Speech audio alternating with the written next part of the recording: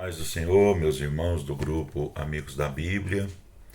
Hoje é o dia 60 do nosso desafio de lermos o Novo Testamento em 90 dias. E hoje vamos falar sobre 1 Coríntios, capítulo 7 e o capítulo 8. O capítulo 7 aborda os problemas do casamento e da família. No início do capítulo, Paulo responde às perguntas que os coríntios fizeram na carta que escreveram para ele. Observem lá no capítulo 7, versículo 1, capítulo 8, versículo 1, capítulo 12, versículo 1 e capítulo 16, versículo 1. O próprio Paulo deve ter sido casado ou poderia ser membro ou senão não poderia ser membro do Sinédrio judeu. Alguns acreditam que ele era viúvo. Então Paulo, por ser membro do Sinédrio, ele teria que ser casado. Quando escreveu a carta aos Coríntios, ele estava na condição de solteiro, entre aspas, provavelmente por viuvez. Lembre-se o seguinte, ao ler esse capítulo, que os coríntios eram conhecidos por sua imoralidade e falta de padrão familiar. Paulo tratava de problemas locais que podemos não enfrentar hoje. Era uma época de perseguição aos cristãos. Nesse capítulo, Paulo discute os problemas de 3 grupos de crentes. Primeiro grupo de crentes, cristãos solteiros, versículo 1 até o 9. O versículo 8 declara: e aos solteiros e viúvos.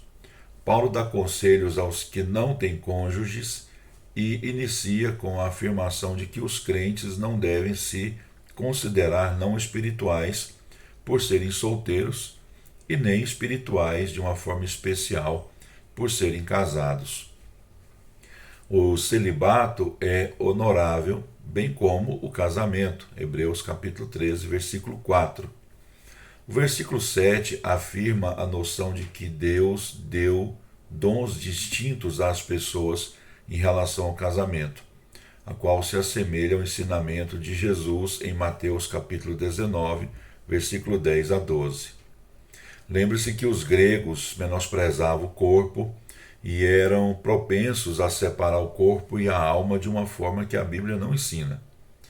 Paulo disse-lhes que Deus lhe deu a capacidade de viver sem casamento e que gostaria que eles tivessem o mesmo autocontrole.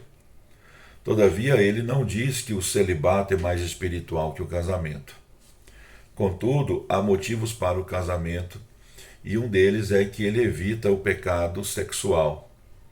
O versículo 9 afirma: é melhor casar do que viver abrasado. No versículo 2, Paulo prega de forma clara a monogamia. Cada homem deve ter sua esposa e cada mulher seu marido. No que diz respeito aos privilégios do casamento, marido e esposa devem ter consideração um pelo outro. A falta de consideração dá oportunidade a Satanás para tentar um dos cônjuges, e o resultado pode ser trágico. A incontinência, a recusa deliberada em praticar o ato conjugal, não é necessariamente um sinal de espiritualidade. Isso pode causar conflito e pecado. Se o cristão não tem autocontrole, então ele deve, se o cristão não tem autocontrole, então ele deve se casar. Claro que Paulo não sugere que a única ou a principal razão para o casamento é a física, pois o casamento edificado sobre laços físicos desmorona em pouco tempo. Nesse capítulo, Paulo trata o casamento como um privilégio, uma bênção de Deus que enriquece a vida dos 2 cônjuges. Segundo grupo de crentes, cristãos casados com pessoas não salvas, capítulo 7, versículo 10 até o 24. Cristãos devem casar com cristãos, casar somente no Senhor, versículo 39. No entanto, alguns coríntios foram salvos depois de casados. O que deviam fazer? Deviam abandonar seus cônjuges não salvos? Deviam recusar o ato conjugal? E se o cônjuge não salvo quisesse terminar o casamento? O conselho de Paulo é claro: permaneça no casamento e use todas as oportunidades para tentar ganhar o cônjuge não crente. Se o cônjuge não salvo está disposto a viver com você, permaneça no casamento e dê um bom testemunho. O cristão deve ganhar o cônjuge não crente. Os filhos desse casamento não são impuros ou ilegítimos, como seria o caso de um judeu do Antigo Testamento que se casasse com um cônjuge gentio, pois os filhos dessa união não seriam aceitos na aliança. O versículo 14 não diz que os filhos de pais cristãos nascem salvos, apenas que o casal cristão é separado, pois Deus abençoa o não crente da família. Deus abençoa o perdido por causa do salvo.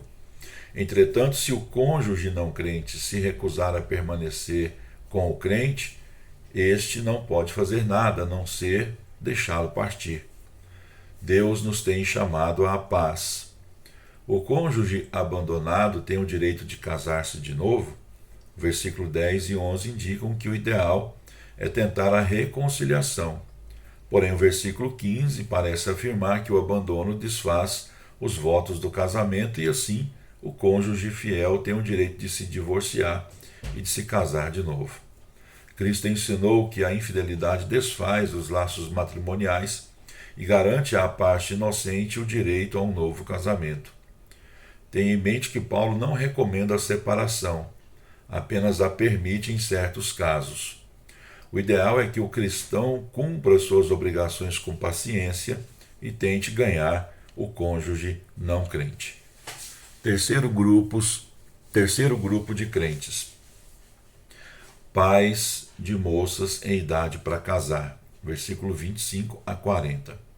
No versículo 25, a afirmação "não tem o mandamento do Senhor" quer dizer apenas que Cristo não tratou desse assunto como fez com o divórcio, como no caso lá do versículo 10, em que Paulo menciona a ordem do Senhor. Lembre-se que na época de Paulo, os pais arranjavam casamento para os filhos, o que não acontece hoje. Paulo levanta diversos pontos para que esses pais examinem. Versículo 25 até o 31, o primeiro ponto é a questão do tempo de angústia. O casamento é um assunto sério e, além disso, os cristãos enfrentavam tempos difíceis. Essas provações não deviam provocar divórcio ou fazer com que os solteiros evitassem o casamento. Versículo 27, mas que ponderassem bem a situação presente. Segundo ponto, o casamento traz responsabilidades, versículos 32 ao 35. Um dos motivos por que Paulo permaneceu solteiro foi para dedicar-se totalmente ao serviço de Cristo. O chamado dele exigia muito e ele não queria causar sofrimento a uma esposa e uma família por causa das exigências do Senhor que recaíam sobre ele. Se esses pais quisessem que suas filhas se casassem, então tinham de enfrentar o fato de que o casamento envolve muitos cuidados e muitas exigências. Terceiro ponto, cada caso é único, versículo 36 ao 38. Em relação ao casamento, é quase impossível estabelecer regras para cada caso. Quarto ponto, o casamento é para a vida toda, não tenha pressa, versículo 39 e 40.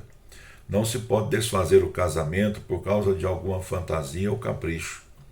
Certifique-se de casar-se no Senhor, isto é, certifique-se de se casar com um cristão e de que seu cônjuge é a pessoa que Deus escolheu para você. Coríntios capítulo 8. Os capítulos 8 a 10 tratam de questões da igreja referentes ao consumo de carne ofertada aos ídolos. Esse era um problema sério que tinham, pois a igreja era constituída de judeus e gentios, e os crentes judeus não queriam ter nenhum contato com a idolatria pagã. A situação era esta. Em Corinto, a maioria da carne era abatida nos templos. O sacerdote ficava com a parte da carne e o resto era usado em festas particulares ou vendida no mercado. Na verdade, a carne de sacrifício era vendida por um preço mais barato, o que a tornava muito mais atrativa para esses cristãos pobres. Quando os amigos ou os vizinhos dos cristãos os convidavam para uma festa, provavelmente usavam a carne que fora dedicada a um ídolo. Os cristãos deviam participar dessa festa?